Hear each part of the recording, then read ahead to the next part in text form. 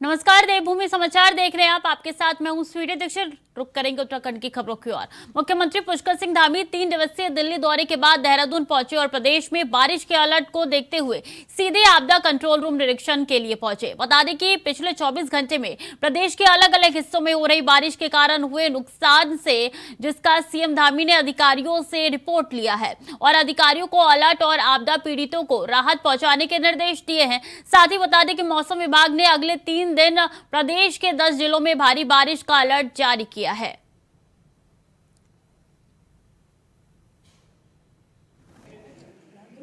Monsoon और अतिवृष्टि के कारण से पूरे प्रदेश के अंदर आपदा की स्थिति है और बहुत बड़ा नुकसान जगह जगह पर हुआ है। वो चाहे फसलों के रूप में हो, मकानों के, पुल, बिजली की लाइनें, पानी की लाइनें, जनहानि, हानि, ये सब बड़ी इसमें हुआ है। सभी कारण हमारी टीमें तैनात हैं, उनको अलर्ट मोड पर रखा गया है कि त्वरित गति से आप मौके पर जाकर रेस्क्यू और रिस्पांस का काम करेंगे। उसके अलावा जिनके घरें डैमेज हो गई है उनको पुनर्वासित करने के लिए, उनके लिए ज़मीनें ढूंढने के लिए, उनको रिलीफ देने के लिए हमारे स्तर से कार्रवाई चल रही है। इसके अलावा जो लॉन्ग टर्म मेजर्स लिए जाने हैं, लैंडस्लाइड और भूधसाव को रोकने के लिए, जितने भी इस बार इस मानसून में प्रदेश में लैंडस्लाइड या भूधसाव हुए हैं उसका बिल्कुल रिकॉर्ड बनाया जा रहा है। उसका एक एनालिसिस करेंगे कि ये लैंडस्लाइड और भूधसाव के कारण क्या रहे, क्या टो इरोजन है या रोड के किनारे भूधसाव हुआ है या लैंडस्लाइड हुआ है या फिर सुओ मोटो अपने आप ही कई जगह ऐसे हो गए हैं।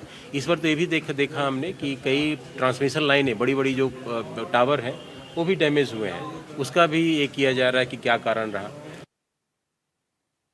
तो उत्तराखंड पहुंच चुके हैं सीएम और ऐसे में सीधे कंट्रोल रूम गए हैं। आपदा कंट्रोल रूम जाके उन्होंने निरीक्षण किया है और जल्द से जल्द अधिकारियों को कहा है कि आप इस जो भी अभी आपदा आई है उस पर नजर बनाए रखिए, लोगों को समस्या जो हो रही है उसका निवारण करें। इसी खबर पर ज्यादा जानकारी के साथ तुषार गुप्ता हमारे साथ जुड़ चुके हैं। तुषार, एक बार फिर से वापसी करते ही मोर्चे पर तैनात नजर आ रही है मुखिया। जी हाँ, बिल्कुल। जिस तरह से आपदा ने प्रभावित किया है उत्तराखंड को, उसको देखते हुए मुख्यमंत्री भी इसके लिए गंभीर है और जैसे ही वो दिल्ली से देहरादून पहुंचे तो सीधा आपदा प्रबंधन केंद्र पहुंचे जो सचिवालय में है। वहां पर अधिकारियों से जायजा लिया कि किस तरह से जो बीते दिनों में जब वो दिल्ली थे तो किस तरह की स्थिति थी उत्तराखंड की। फोन के माध्यम से भी लगातार वो अधिकारियों से बातचीत कर रहे थे कि उत्तराखंड की स्थिति क्या है और कहाँ क्षेत्रों में प्रभाव पड़ा है बरसात से। और आने वाले समय की बात की जाए, कल और परसों के लिए उत्तराखंड में भारी बारिश का अलर्ट है, रेड अलर्ट जारी किया गया है 6 जिलों के लिए, जिसमें देहरादून, टिहरी, पौड़ी, बागेश्वर और अन्य 2 जिले हैं, जिसके लिए जो मौसम विभाग है उन्होंने पूर्वानुमान किया है। और उसके लिए जो मुख्यमंत्री है उन्होंने स्थिति जानी कि किन किन क्षेत्रों में फिलहाल के लिए बरसात हो रही है, किन किन क्षेत्रों में अभी राहत पहुंचाई जा रही है। तमाम जितने भी अधिकारी थे, चाहे वो एनडीआरएफ के हों, एसडीआरएफ के हों, आपदा प्रबंधन की टीमें हों, तमाम से बातचीत की कि किस तरह से जहां पर प्रभावित क्षेत्र है वहां पर किस तरह से राहत पहुंचा जा सके और किस तरह से जो प्रबंधन की टीम है वो कार्य कर सके। साथ साथ जो आने वाले 2 दिन है उसके लिए जो समस्त जिला है जिसमें रेड अलर्ट जारी किया गया है, उनके जिलाधिकारियों से वार्ता करी फोन पे कि किस तरह से जो सावधान रहने के आदेश दिए। सदा ये भी कहा कि स्कूलों की अगर ज्यादा आवश्यक पड़े तो स्कूलों की छुट्टी की जाए।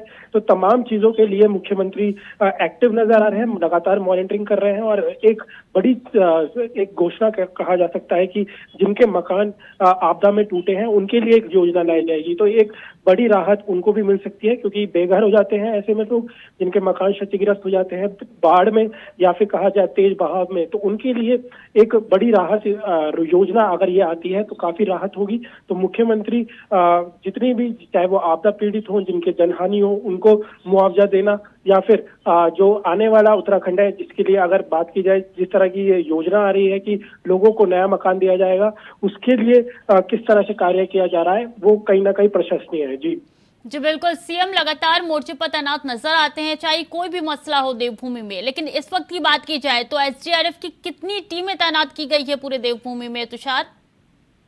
ये एसडीआरएफ की बात की जाए तो करीब 7 से अधिक टीमें पूरे प्रदेश में तैनात की गई है और वो जितने भी संवेदनशील इलाके हैं, चाहे वो जिस तरह से कल वहां पर चंबा में हमने खबर सुनी है कि किस तरह से जो 5 लोग दब गए हैं, वहां पर लगातार एसडीआरएफ का अभी भी जो रेस्क्यू है वो चल रहा है, क्योंकि और भी लोगों की दबने की आशंका वहां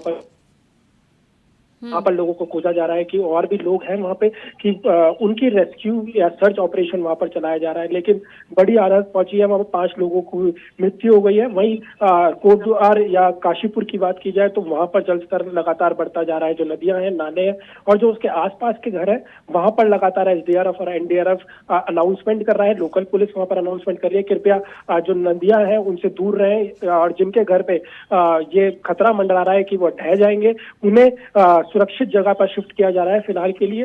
और लगातार जो एसडीआरएफ है, अगर कहीं पर भी कोई भी नुकसान हो रहा है तो वहां पर लगातार जो रिस्पांस टाइम की बात की जाए तो वहां पर उसे एक्टिव नजर आ रहा है कि जल्द से जल्द लोगों को वो राहत पहुंचाई जाए, रेस्क्यू किया जाए या सर्च किया जाए कि ताकि उन्हें जल्द से जल्द बचाया जा सके। क्योंकि आपदा को तो प्रदेश की कोई भी नहीं रोक सकता, चाहे वो क्योंकि प्राकृतिक आपदा होती है, गॉड्स की या कहा जाए कि भगवान की सीधा आपदा होती है, तो ऐसे में इन्हें रोका नहीं जा सकता। ऐसे में इन मेन फोकस ये होता है इन टीमों का कि जल्द से जल्द बिल्कुल प्राकृतिक आपदा को रोका नहीं जा सकता तुषार, लेकिन लोगों को बचाने का प्रयास लगातार सरकार द्वारा किया जा रहा है। बहुत बहुत धन्यवाद आपके तमाम जानकारियों के लिए।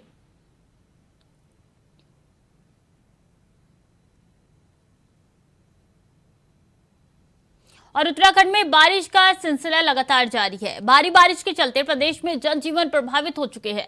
नदियों का जलस्तर बढ़ गया है, नाले भी उफान पर है। भूस्खलन के चलते कई जगहों पर सड़कें भी बाधित हो गई है। मौसम विभाग के मुताबिक प्रदेश वासियों को अभी बारिश से राहत नहीं मिलने वाली है। विभाग ने अगले कुछ दिनों तक प्रदेश में भारी बारिश को लेकर अलर्ट जारी कर दिया है।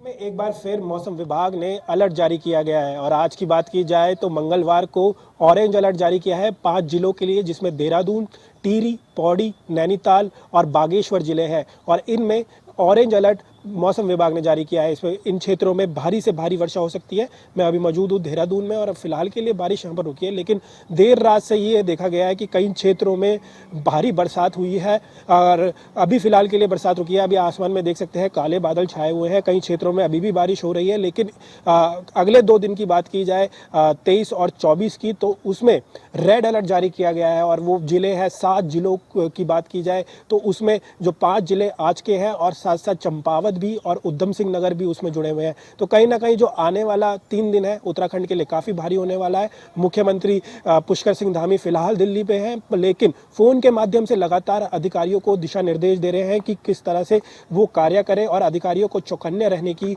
जो सलाह है वो दी जा रही है। देहरादून की बात की जाए तो जगह जगह जल भराव की समस्या आ रही है, ट्रैफिक समस्या आ रही है। वहीं पहाड़ी क्षेत्रों की बात की जाए तो भूस्खलन के कारण काफ़ी जनहानि देखने को मिली बीते दिनों और भूस्खलन फिलहाल भी हो रहे हैं, जिससे सड़कें बाधित हो गई है। वहीं जो मैदानी क्षेत्रों की बात की जाए तो कोटद्वार और उसके आसपास के क्षेत्रों में जो नदियां हैं वो उफान पे आ गई है, जिसके कारण जो लोगों के घर हैं वो ढह गए हैं। तो कहीं ना कहीं जो 3 दिन का अलर्ट है काफ़ी भारी फिलहाल के लिए शुरुआत में दिखाई दे रहा है, लेकिन देखने वाली बात होगी कि जो आपदा के प्रबंधन के अधिकारी हैं वो किस तरह से जो स्थिति है उसे कंट्रोल करेंगे। कैमरा जर्नलिस्ट निशांत चौहान के साथ मैं तुषार गुप्ता, इंडिया वॉइस। और उत्तरकाशी के कुपड़ा गांव में यमुना घाटी में नाग पंचमी पर सांस्कृतिक और विरासत का अनूठा समागम देखने को मिला, जहां देव डोलियों का अनूठा मिलन हुआ और ग्रामीणों ने अपने आराध्य नाग देवता को दूध और दही भेंट की। इसके बाद नाग देवता को दूध और दही से स्नान कर ग्रामीणों को आशीर्वाद दिया। वहीं देव डोलियों के साथ ग्रामीणों ने रासो तांदी नृत्य किया। दरअसल नागपंचमी 2023 पर शेषनाग मंदिर परिसर में भव्य मेले का आयोजन किया गया, जहां शेषनाग के दर्शन के लिए ग्रामीणों की भारी भीड़ नजर आई।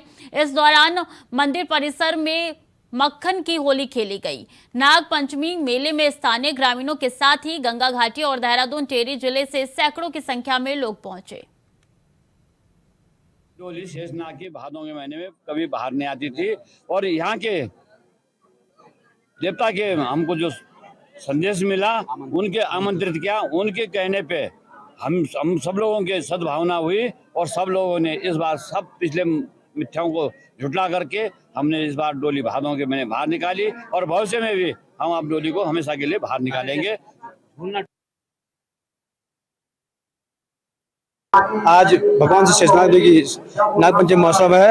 ये विगत कई वर्षों से मनाई जा रही है और जो भी बाहर से जितने भी देवता अतिथि थे अपने मनोरथ कामना के लिए वो भगवान शेषनाग को पूर्ण कर देता है। कहते हैं कि जब इंसान के मन में कुछ कर गुजरने का जज्बा हो तो तमाम मुश्किलें हालात भी उसके आड़े नहीं आते हैं। ऐसा ही कुछ इन दिनों उत्तराखंड के नैनीताल जिले के कोटाबाग ब्लॉक में देखने को मिल रहा है, जहां मुश्किल हालात और मुश्किल रास्तों के बीच नौनिहालों को अक्षर ज्ञान सिखाया जा रहा है। ये रिपोर्ट।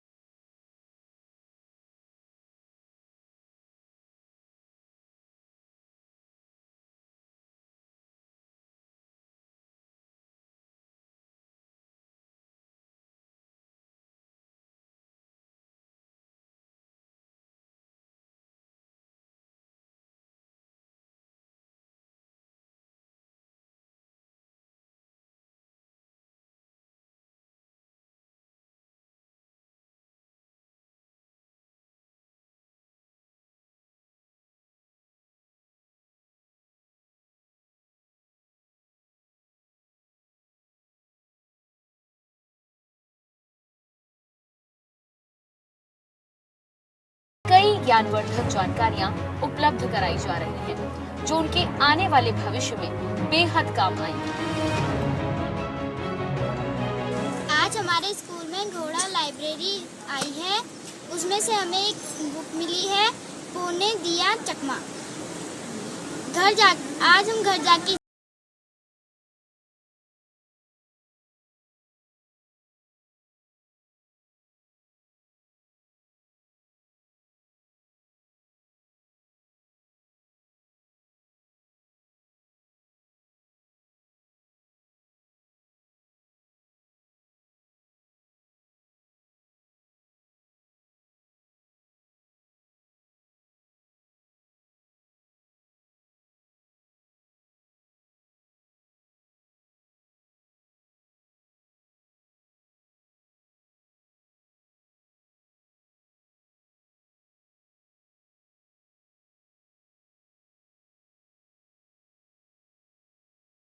घोड़े में किताबें लाई थी, उसमें लिखा था घोड़ा लाइब्रेरी। और हमने उसमें से उन्होंने हमको बहुत सारी किताबें दी कहानियों की पढ़ने के लिए। हमें वो अच्छी लगी और जैसे सोजा उल्लू, लाइटनिंग, महागिरी जैसी और बहुत सारी किताबें पढ़ने के लिए दी।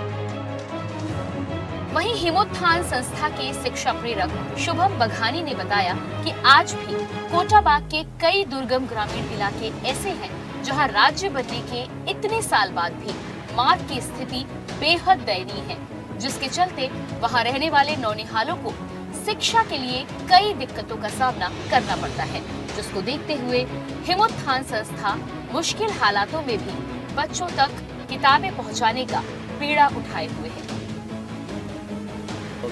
अभी वर्तमान की परिस्थिति ये है कि बरसात के कारण और आपदा की वजह से उत्तराखंड में अधिकांश क्षेत्र आपदा की मार झेल रहे हैं। इस वजह से विद्यालयों में भी अवकाश करना पड़ा है। विद्यालयों में अवकाश के कारण कहीं ना कहीं बच्चों को लर्निंग लॉस हो रहा है। इस वजह से हम लोगों ने पुनः एक बार घोड़ा लाइब्रेरी की शुरुआत की है। हम लोग आपदाग्रस्त इलाकों में जाकर घोड़ा लाइब्रेरी के माध्यम से अलग अलग पर्वतीय गांवों के तोकों में बच्चों को लाइब्रेरी बुक्स उपलब्ध करा रहे हैं। बहरहाल हिमोत्थान संस्था के इस कदम से उन बच्चों का भविष्य संवर जाएगा जो अपने सपनों को नया आयाम देना चाहते हैं। फिलहाल इस कदम से उत्तराखंड के बच्चे ऊंचाइयों की नई कहानियां लिखेंगे। Bureau report, India voice.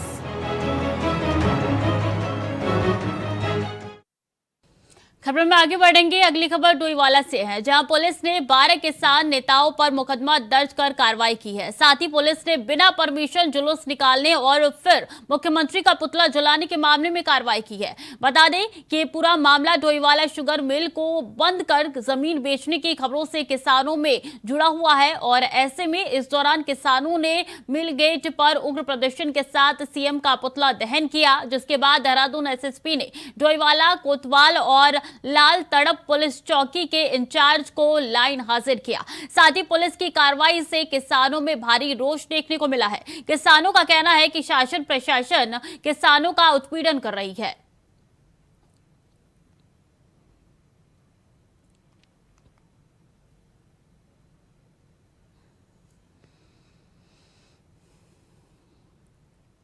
Karnaprayag में डिजिटल इंडिया कार्यक्रम के तहत 2021-22 में आयोजित परीक्षा में राजकीय इंटर कॉलेज लंगासू के छात्रा श्वेता जोशी ने ऑल इंडिया में पहली रैंक हासिल की है। बता दें कि विद्यालय के अन्य दिन छात्राओं द्वारा ब्लॉक, जिला और विद्यालय स्तर पर स्थान प्राप्त किया और डिजिटल इंडिया द्वारा चयनित छात्रों को स्मृति चिन्ह और प्रमाण पत्र देकर सम्मानित किया गया।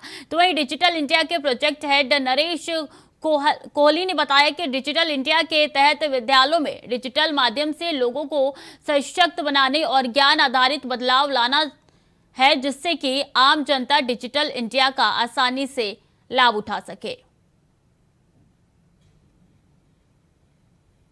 2021-22 में हमने लंगासू में करवाया था, जो कि ऑल ओवर इंडिया लेवल पे होता है। इसके दौरान क्या किया था, जैसे बच्चों के इन्वॉल्वमेंट होते हैं नाइलेट द्वारा और मिनिस्ट्री द्वारा। तो भारत सरकार के कार्यक्रम था जो लगातार कि 2030 तक इसने चलना है। उसमें हमारी चमोली जिले से लंगासू क्षेत्र की एक बहुत बड़ी छात्रा जिसका नाम है श्वेता जोशी, उन्होंने ऑल ओवर इंडिया में नंबर 1 रैंक हासिल की है, जिसके लिए मैंने हार्दिक बधाइयाँ देता हूँ। मैं बहुत खुश हूँ इसके लिए, जिसका मैं अपने टीचर्स और अपने पेरेंट्स को थैंक यू बोलना चाहती हूँ, जिनकी वजह से मुझे यहाँ से ये सब कुछ मिला। और जो डिजिटल इंडिया वाले सर लोग हैं उनका भी थैंक यू करना चाहती हूँ। मैं डिजिटल इंडिया को बधाई देना चाहता हूँ जो आपने इस विद्यालय में कार्यक्रम रखा, और मैं उन बच्चों को भी धन्यवाद देना चाहता हूँ, बधाई देना चाहता हूँ जो इनमें सफल रहे और प्रदेश स्तर पर, डिस्ट्रिक्ट स्तर पर और प्रदेश स्तर पर, नेशनल लेवल पर इन्होंने अपना स्थान हासिल किया।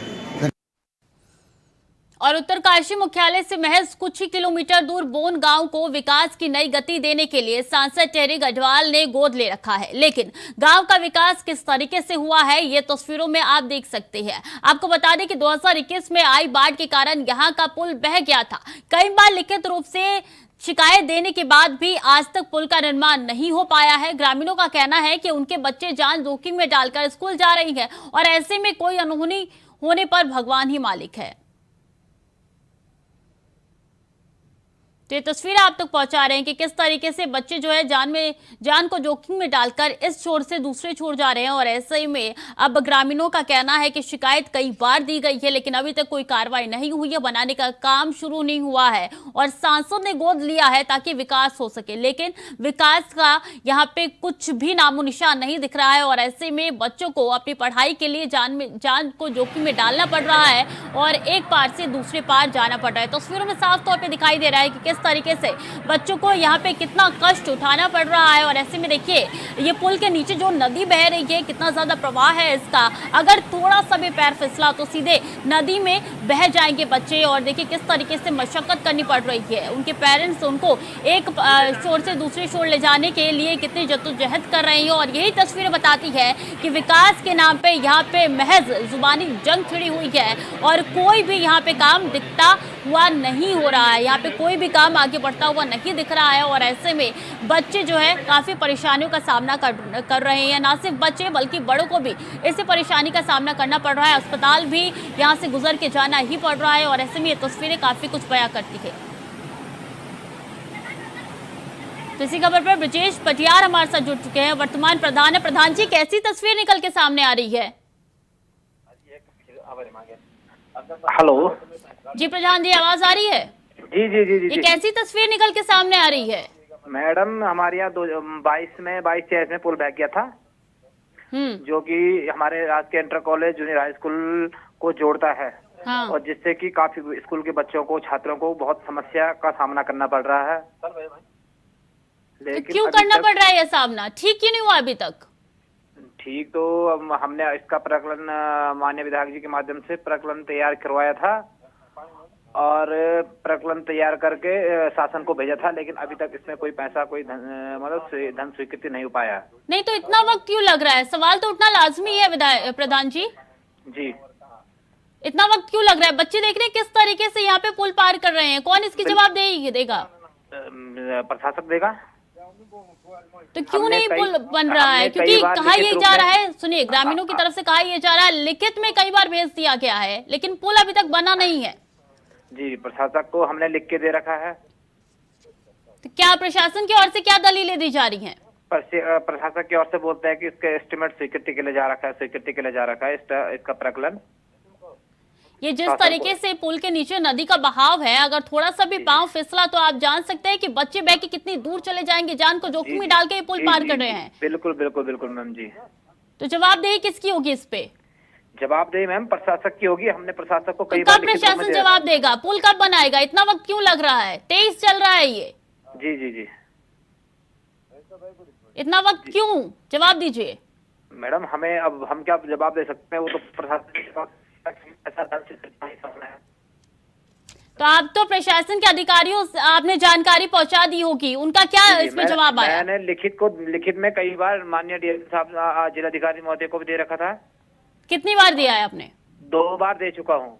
क्या जवाब आया वहाँ से? उन्होंने लोक निर्माण विभाग उत्तरकाशी को लिखित आदेश करे हैं। लोक निर्माण विभाग से प्रकलन तैयार कर दिया गया था और शासन को भेज दिया गया था। तो क्या आपने उनसे पूछा नहीं कि ये जो बच्चे पुल पार कर रहे हैं, अगर थोड़ा सा भी पाँव फिसला तो सीधे नदी में बहेंगे, उसकी जवाबदेही किसकी होगी? हमने तो बोल दिया साहब, मैम हमने बोल दिया था कि इसकी जवाबदेही आपकी रहेगी और क्या हो सकता है, हम इसमें कुछ नहीं कर सकते। थोड़ा बहुत पैसा हो से काम होता तो हम खुद कर सकते हैं, गांव वाले चंदा भी कर सकते थे, लेकिन इसमें बहुत पैसा है।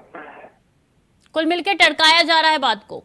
जी, तो कब तक ये टरकाया जाएगा? अब मैम इसी बार पता लगेगा अब किस कब तक टरकाया जाएगा। तो बच्चे यहाँ पे बहुत मुश्किल से ये पुल को पार कर रहे हैं। बिल्कुल बिल्कुल बिल्कुल। तो क्या लगता है कब तक ये इसकी शुरुआत होगी? क्योंकि अभी तक लग नहीं रहा है, जिस तरीके से आपके भी जवाब आ रहे हैं, अभी तक लग नहीं रहा है कि कोई काम यहाँ पे शुरू होगा। नहीं, लग तो ये रहा है कि सुनने में आ रहा है कि आप माननीय जिलाधिकारी महोदय। प्रधान जी, अगर ये बच्चों के साथ कोई हादसा हुआ है, जिम्मेदारी आपकी होगी। जी, निम्न इनको जिम्मेदारी लेते हैं आप ब्रजेश जी? नहीं, जैसे ही पानी का बहाव कम होगा वैसे इसमें काम शुरू हो जाएगा। अगर कोई उस बीच हादसा हो गया तो उसकी जिम्मेदारी किसकी होगी? प्रशासक की होगी। नहीं, आप कह रहे हैं कि जिम्मेदारी हमारी नहीं होगी, उस बीच आप कह रहे हैं कि जब पानी कम हो जाएगा तो फिर काम कब होगा? जब पानी कम हो जाएगा उसके बाद काम इसमें प्रशासक ने मैंने आपदा के माध्यम से नहीं तो प्रधान के पद पर क्यों बैठे हैं फिर आप? जी, क्यों बैठे प्रधान के पद पे फिर आप? नहीं मैम, हमारे पास कोई स्पेशल फंड थोड़ा नहीं है। स्पेशल फंड है क्या? बच्चों की जिंदगी आप दाव पे लगा देंगे? नहीं, हमने खुद वहाँ काम करवाया है। आप किस दल से, बीजेपी या कांग्रेस? बीजेपी के नेता होने के बाद भी ये हालात बना दिए आपने बच्चों के लिए? नहीं, हमने खुद उसमें काम करवाया है बच्चों के लिए, कोई दिक्कत नहीं है, कोई परेशानी, मतलब जो भी किया है। किससे फंड मांगा आपने, नाम बताइए। इसका प्रकलन 55 लाख का तैयार हो चुका है। नाम बताइए, किससे फंड मांगा है आपने? माननीय जिलाधिकारी महोदय। जिलाधिकारी का नाम बताइए। मयूर दीक्षित। नहीं, ये थे। नहीं, इतना क्यों सोचना पड़ रहा है आपको जिलाधिकारी का नाम बताने के लिए? जवाब दीजिए ब्रजेश जी, उत्तराखंड की जनता आपको देख रही है, सुन रही है। अभिषेक रोहिला। कब फंड मांगा आपने, कब क्लियर हुआ फंड? मैडम जुलाई 2022 में जिस टाइम पुल बह गया था उसी टाइम। 1 साल हो गए हैं, जुलाई में मांगा आपने और अगस्त 2023 हो गए हैं। जी, अभी तक पैसा नहीं आया इसमें। आप प्रधान के पद पर बैठे हुए हैं ब्रजेश जी। जी, अफसोस नहीं है आपको थोड़ा भी? क्यों नहीं मैम, अफसोस है, क्या करना है जब। तो कर क्या रहे हैं अफसोस होने के बाद भी? बस करने के विचार के, आप धरना प्रदर्शन करेंगे और क्या करेंगे। आपको प्रधान की कुर्सी पर बैठना भी नहीं चाहिए। कब करेंगे आप धरना प्रदर्शन? अब जवाब नहीं दे पा रहे, अब आप फोन काट दिया गया। देखिए ब्रिजेश जी फोन काट दिए, ये प्रधान है, यही प्रधान है जिन्होंने फोन काट दिया, जवाब नहीं दे पा रहे हैं। उत्तराखंड की जनता इनको सुन रही थी और ऐसे में देखिए ये तस्वीर जो निकल के सामने आ रही है, इसकी जवाबदेही किसकी होगी, ये बड़ा प्रश्न खड़ा हो रहा है। और ऐसे में प्रधान जी जवाब नहीं दे पा रहे हैं कि आखिरकार ये पुल का निर्माण कब तक होगा। ये कह रहे हैं कि प्रशासन की जवाबदेही होगी, लेकिन खुद जवाब देने में असफल हो रहे हैं वो। और ऐसे में ये पुल की तस्वीरें अब तक इंडिया वॉइस पहुंचा रहा है। हमारे साथ रेखा देवी जुड़ चुकी है, अभिभावक है वो। किस तरीके का आपको यहाँ पे मुश्किलों का सामना करना पड़ रहा है रेखा दी? हमारे यहाँ इतनी मुसीबतें आ रखी हैं, गांव की जो किसान औरतें हैं वो डोकरा खेतों में नहीं जा सकती। ऊपर से आते समय इतना डर लगता है कि अब गिरा पुल की तब गिरा पुल, किसी की भी जान जा सकती है। छोटे बच्चे स्कूल में जा रहे हैं, देखिए 6 क्लास से लेकर 12वीं क्लास तक का स्कूल हमारे दोनों पुल के पार है, पल्ली पार। सारे बच्चे आते हैं, कोई बच्चा उसको पकड़ के लेके आता है, एक मैडम बेचारी उसको पकड़ के लेके आती है उनको। रेखा जी कितने बच्चे हैं जो स्कूल में जाते हैं, कितनी संख्या होगी इनकी तकरीबन? आप लगाइए 130 बच्चे तो 9th क्लास से लेकर 12th क्लास तक है, और 50 बच्चे 6th क्लास से लेकर 8th क्लास तक है। यानी कि 130 बच्चे की जान जोखिम में पड़ रही है यहाँ पे। 130 प्लस 50 बच्चे, 180 बच्चे। अच्छा, तो आप लोगों ने कभी आवाज नहीं उठाई इसको लेकर, शिकायत नहीं की? शिकायत है कि आवाज उठाने से क्या होता है, कुछ नहीं होता है। इस मंच पे सीएम साहब आपको सुन रहे हैं, उनको बताइए क्या प्रॉब्लम है। प्रॉब्लम मैम जी मैंने आपको बता दी, वहाँ से जान का जोखिम है, वो पुल कभी भी ढह सकता है, वहाँ पे बच्चे भी गिर सकते हैं, टीचर भी गिर सकते हैं। आप लगाओ टीचर में से अगर कोई भी जाता है उसका तो पूरा परिवार ही। तो कितने दिनों से झेलना पड़ रहा है आपको? हमें तो 1 साल पूरा हो गया है, दूसरा साल चल रहा है। कितनी बार गुहार लगाई गई है आपकी तरफ से? कई दफा, जब भी कोई आता तभी हम गुहार लगाते हैं।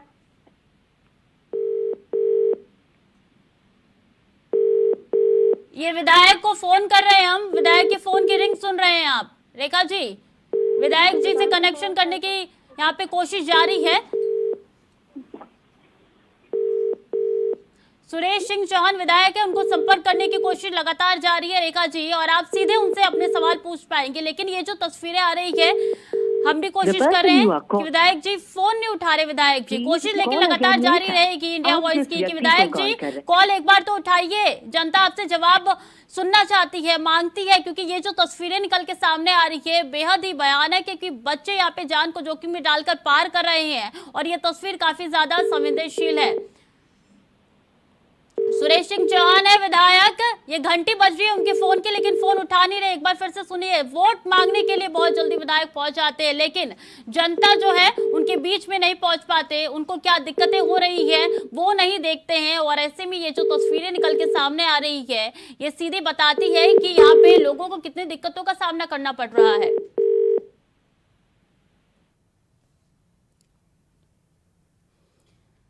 तो देखिए पुल के इस छोर से दूसरे छोर जाने का प्रयास जो है लगातार जारी है बच्चों का, और ऐसे में देखिए नदी का बहाव कितना ज्यादा है, अगर थोड़े भी बच्चों का पैर फिसला तो सीधे नदी में जा गिरेंगे।